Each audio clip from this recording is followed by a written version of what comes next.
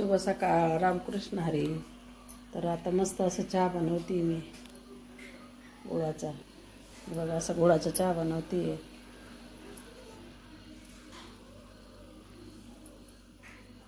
सकाळी असं सकाळी म्हणजे आता 9:30 वाजले. तर असं मस्त गुळाचा चहा बनवते. मला या गुळाचा चहा लागतो. हे बघा असं मस्त घट्ट गुळाचा चहाच होतो तयार. आणि त्रास पण नाही होत गुळाच्या चहाने काही. तर या मस्त चहा प्यायला सगळेजण. तर गरम पण लय होते बरं का. आताच ते 9:15 वाजले पण इतकं गरम होऊ राहिलं असं वाटतं लय वेळ झाला. तर स्वयंपाक पण झाला आहे. तर आज काय भाजी बनवली आहे.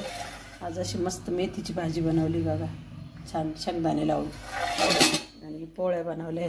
भाकरीचं काही पीठ नव्हतं. आणि रात्री ना शेवयाचा भात बनवला ना तर खूप पोळ्या उरल्या त्या. मग म्हटलं मस्त असे कुटके बनव म्हटलं. हिरव्या मिरच्या, शेंगदाणे, लसूण घालून मस्त असे जिरे बिरेची फोडणी देऊन कुटके असे भारी लागतात खायला. शिजवून गव्हाचे असं अंदान ठेवून आणि त्याच्यात शिजवायची भारी लागतं खायला. आणि आपण ते जे भुगा करतो ना तर कांदा टाकून भुगा बनवतो ना, तर लसूण बिसून टाकून तो खूप छान लागतो बरं का खायला. याच्यापेक्षा टेस्टी राहतो. पण तो उन्हाळ्याचा आहे ना त्रास देतो. उन्हाळ्याचा ते भुग्याने काय होतं पोटात फुगतं आणि जीव पाणी करतो. त्याच्यामुळं मग उन्हाळ्याचं भुगानेच खायला पाहिजे. मी बनवत पण नाही. तर आम्ही असे कुटके बनवले आता मस्त. तिखट कुटके भारी लागतं खायला. त्याला शेंगदाणे, लसूण, हिरवी मिरची कूट करून टाकलं ना भारी लागतं खायला.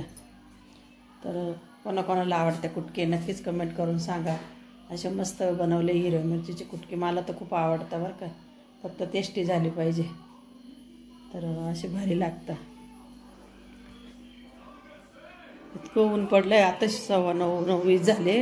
इतकं ऊन पडलं बापरे. हे बघा असं उन्हामध्ये बाहेर तोंड नाही काढूशी वाटत. आणि फरची इतकी तापून जाते ना बाहेर वाटतं दरवाजामध्ये तर बाहेर येऊशी वाटत नाही. तर खूप ऊन पडलं आहे बापरे. आमच्या इथं असं सफेद रोईचं झाड आहे बरं का. हे बघा मी जवळजवळ 10 वर्षापासून प्रयत्न करत होते सफेद रोईचं झाड लावण्यासाठी. पण ते जगतच नव्हतं.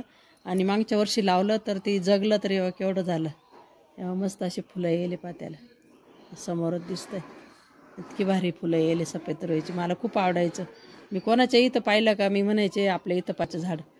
कुठं पाहिलं का म्हणायचे सफेद रोईचं झाड पाहिजे बरं का आपल्या इथं. मला खूप हौस होती. मी 10 वर्षापासून प्रयत्न करत होते ते सफेद रोईचं झाड लावायसाठी. पण ते जगतच नव्हतं माझ्याकडं. म्हणजे जगायचं पण दुसरंच निघून जायचं. ते गावठीच निघून जायचं. लाल रोईचं निघायचं. हिरो निघतच नव्हतं. आणायचे कुठून रोप घेऊन यायचे मी.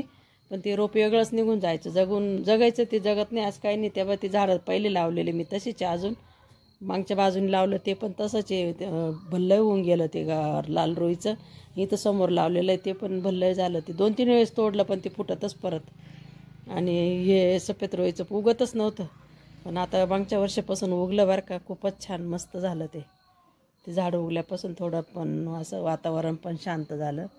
आणि चांगलं असतं म्हणते असं बाहेरचं कोणी असं काही दूषित म्हणजे दृष्टीने बघत असलं आपल्याकडं किंवा असं बाहेरचं ते आगोरे विद्यावाले राहतात त्यांच्यासाठी तर हे खूप छान राहतं हे झाड. असं त्यांच्या नजरेत जर हे झाड पडलं ना तर शक्यता आपल्याला ती बाधा लागत नाही आपल्या दरवाजा पुढं असलं तर असं त्या झाडाचं असं म्हणत्या बाजूने लोक. आणि काही असं आयुर्वेदिक पण राहतं. कोणाला काही असा त्रास असला तर ते फुलं उकळून त्याचं पाणी पिता. तर असं पूर्वीचे लोक करायचे हा उपाय बरं का. आता नाही करत कोणी. आता हा उपाय करण्याचे दिवस नाही राहिले. हा उपाय कोणीच करत नाही आता. तर असं आहे बघा.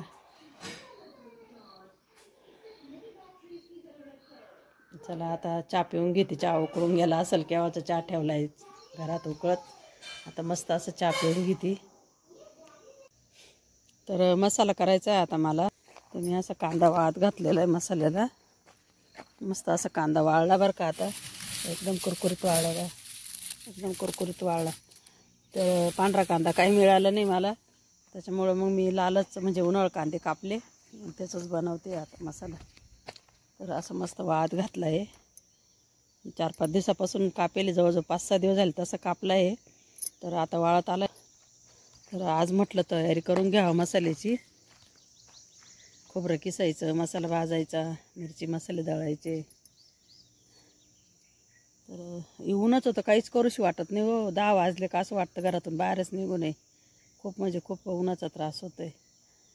तेव्हा ते मसाला भाजायचं आणि ते म्हटलं चुल्याजवळ बसावं लागेल. तसं काही नाही, 4-5 वाजता जरी चुलं पेटवलं तर शिरळाचं का भाजता येईल. पण का भाजावं तर लागणारच आहे आपल्याला, तयार तर करावं लागणारच आहे मसाला. तर असं मस्त आताच चहा पाणी झालं आहे पिऊन डबल. सुनबाई पण गेली कामाला. आता नातू सांभाळायचा आणि मसाल्याची तयारी करायची. आता बसल्या बसल्या खोबरं निसून घेते, ओवा निसते. ओवा पण आपला घरचाच आहे थोडासा, निसून घेते. खोबरं किसते, तिळ निसायची. अजून तिळ निसून ठेवली मी, पण त्याच्यात आहे ना खराब होतच ते परत थोडं थोडं, त्याच्यामुळं थोडीशी तिळ निसावं लागेल. तर असं मस्त बनवायचं आहे आता. तर चालेल मग, बघा व्हिडिओ कसा वाटला. रामकृष्ण हरी.